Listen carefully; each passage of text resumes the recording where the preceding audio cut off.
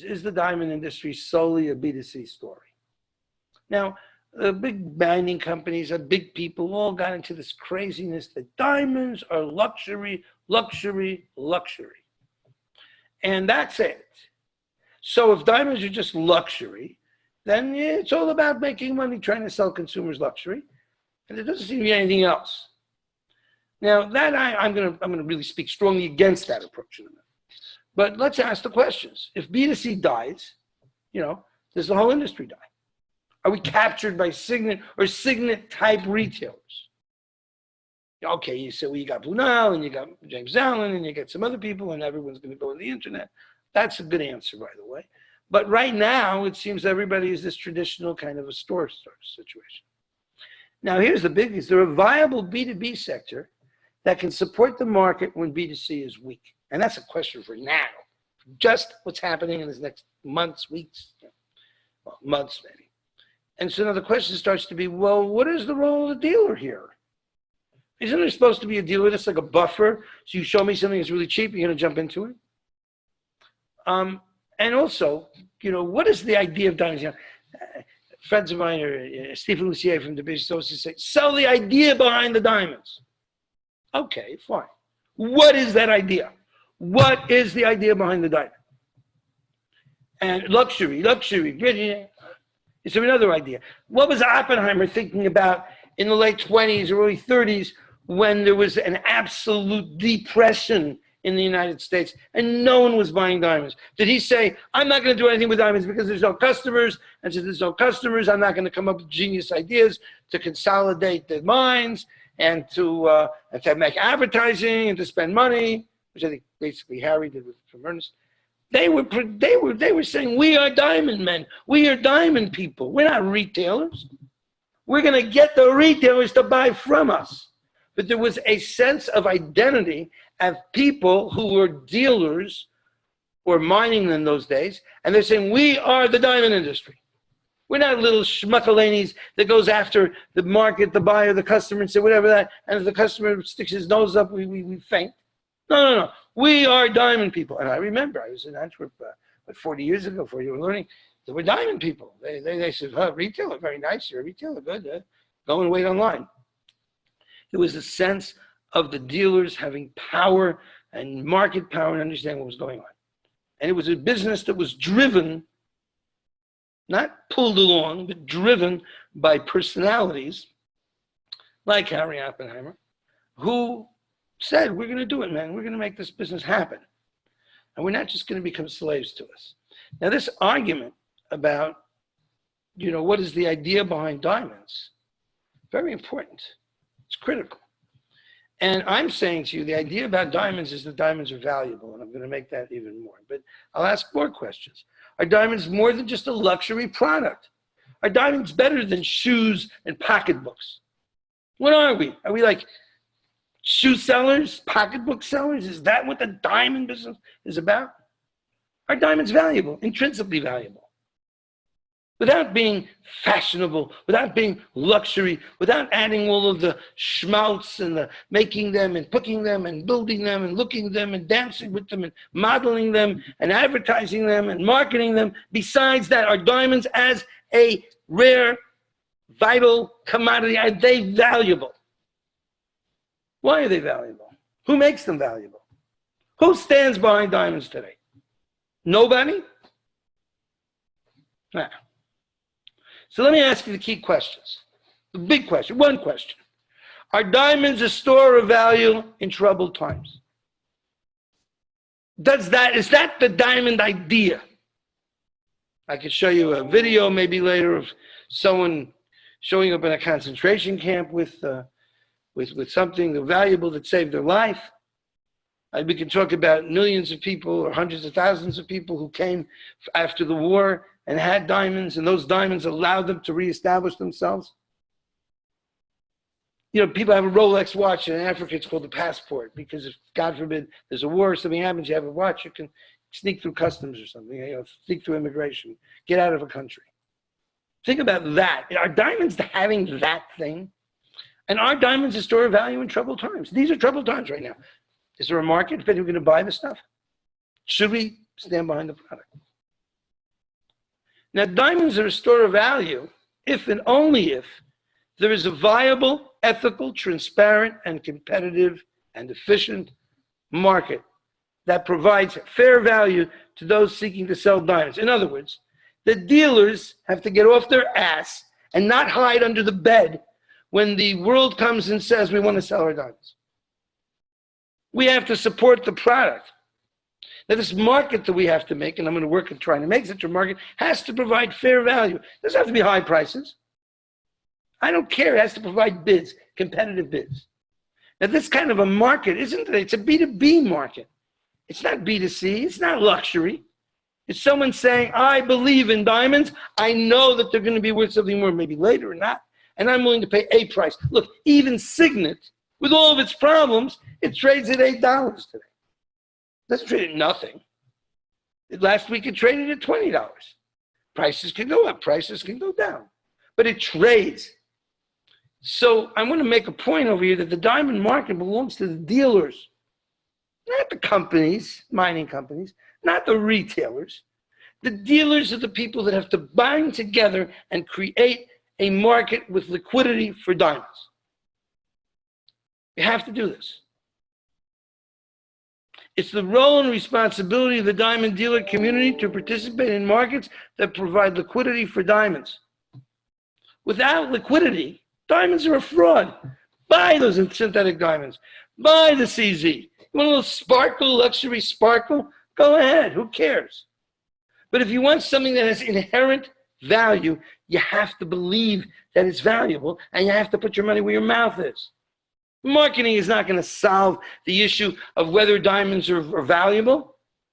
Taking your money out of your pocket and buying at any price doesn't matter.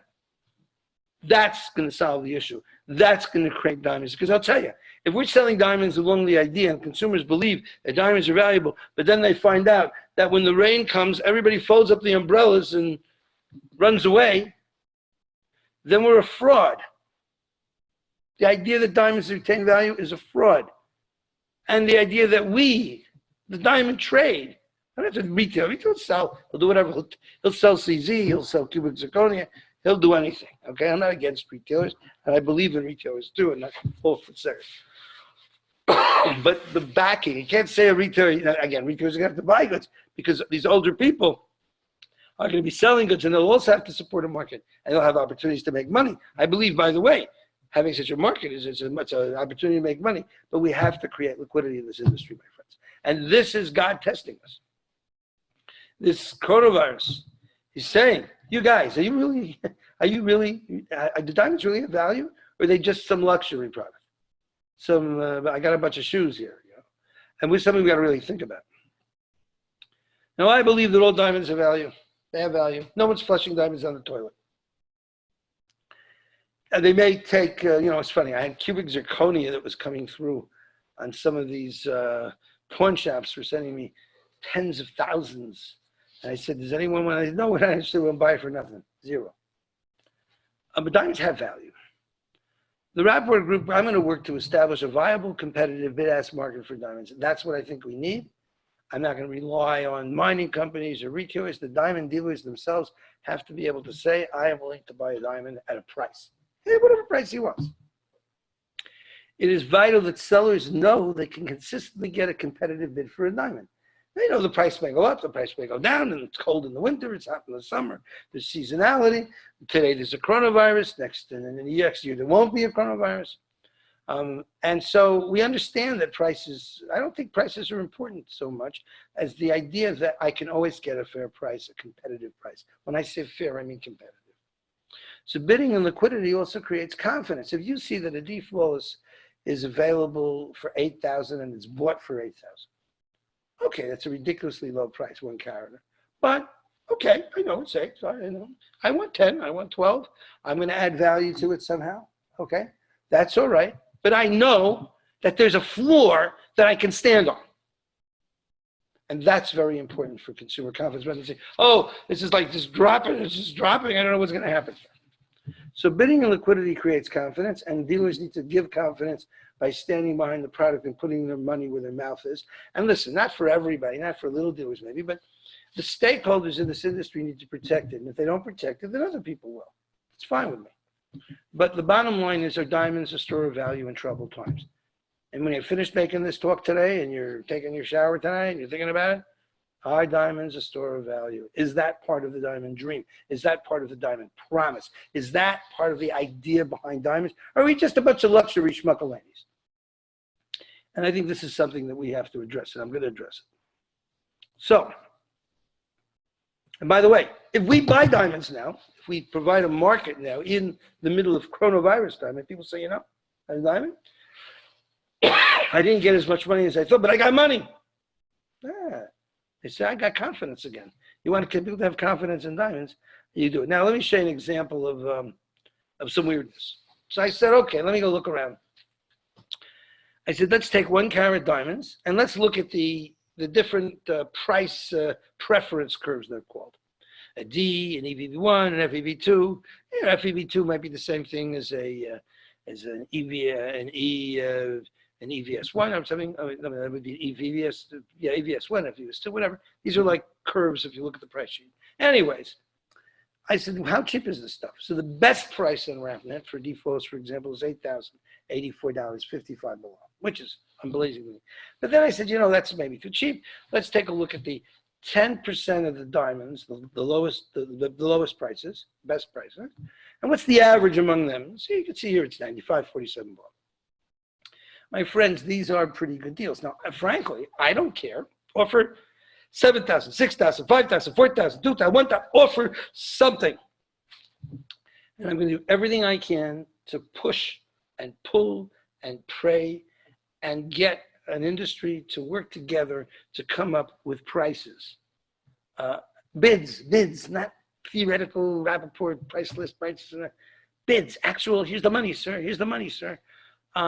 To buy these diamonds and start to create a bid market, which will then provide liquidity, which will then give people confidence, which will then make the point that diamonds, in fact, are a store of value. And yes, even in chrono times. Chrono times. Okay, now, this idea is important. Now, let me explain further. All right, now let's think for a minute. And I want to share this with you. I learned this in 2008 by observing some of our smarter Indian friends. You know, how do you make money in a downward moving market? How do you make money when prices are going down? Well, first thing is don't freeze. Some people, when, let's say you buy something for 10 and the market's at 7, which is only 30% decline, which you just saw the stock market's down 28%, so it's not unusual.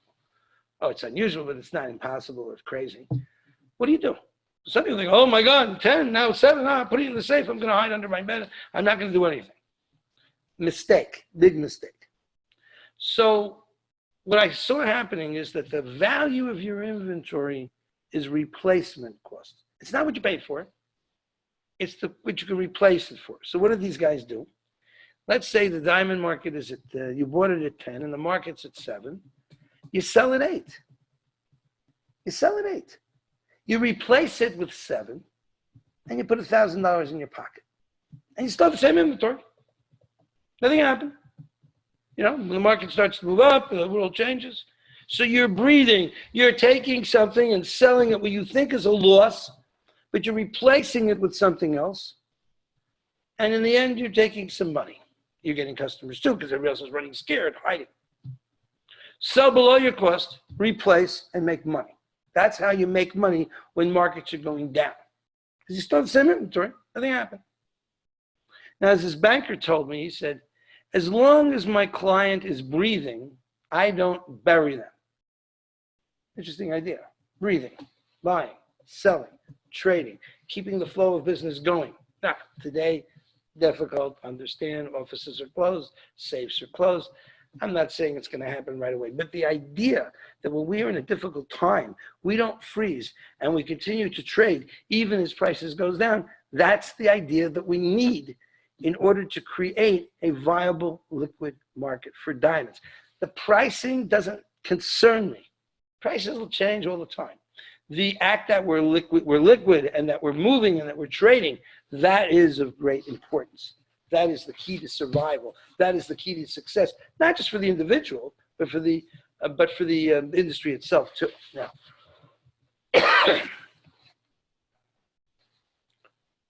now I'm almost done here. Yeah, I'm running around. Yeah, we'll stop questions. We'll have time. Moving into the future. So you got to embrace the future. And the future today is uncertain. Only I know it's going to be different. We're not going to go back to how things were before this coronavirus. But you can own the future. If they once asked Steve Jobs, he says, "Can you predict the future?" He says, "Sure, I can predict the future." And they said, "How can you predict the future?" He says, "Well, I make the future." Now, in his case, he was right. He came up with iPhones and moving things with your fingers and stuff. But the bottom line is that we can, in fact, have a very positive way of going into this future here if we're willing to change and adapt. Now, I want to say something else. Technology alone is just a tool. These people say, "Oh, I have a great way to visualize diamonds. I have a great way to grade. I'm going to take over the diamond market." Nonsense. The technology should be very important, but it's just a tool. And it's not going to replace the business of jewelry, the skill of the craftsman, the bidding and asking, the negotiations, the hustle and the hassle, and the passion of the salesperson. Yeah, maybe they'll be passionate over Zoom. Maybe they'll be passionate over the internet. I don't know. Maybe they'll be passionate other ways. But the idea that someone loves a piece of jewelry and can sell it, or the idea that you can negotiate and that you understand the material it's so well that you're not afraid to buy it, that's not going to be solved by technology so fast, or at all ever. Yeah, there'll be markets and there'll be ways to trade diamonds like a commodity, I'm sure, and I'll probably create some of that myself. But the ultimate business of moving to the consumer, certainly, and even inside the trade, in the B2B world, is not going to be replaced by technology. So don't believe in technology. We're not selling technology. Remember that. We're selling beautiful diamonds and jewelry to loving people. And you see, you got to transcend this whole technology thing and not believe the new God is the God of technology. The fundamentals of business are going to remain. Now, our ability to optimize the use of technology and adapt it to our needs. I own the technology, you're going to say to yourself. I will use it how I bloody well want to use it. Why? To meet the needs of the customers. That's the game. So when we see this digital world popping up like warp speed mushrooms, we go, "Oh my God, what's going on here? Everything's changing. I can barely keep track." And I'll tell you, even me, I'm sitting here and I'm watching technology move so fast. In the old days, I was the leader of every technological possible thing. Now, thank God, I got wonderful people that work with me, team members, but technology is moving so fast, it's very hard. Do you understand exactly how Slack works? Do you understand exactly how to use Twitter to make money?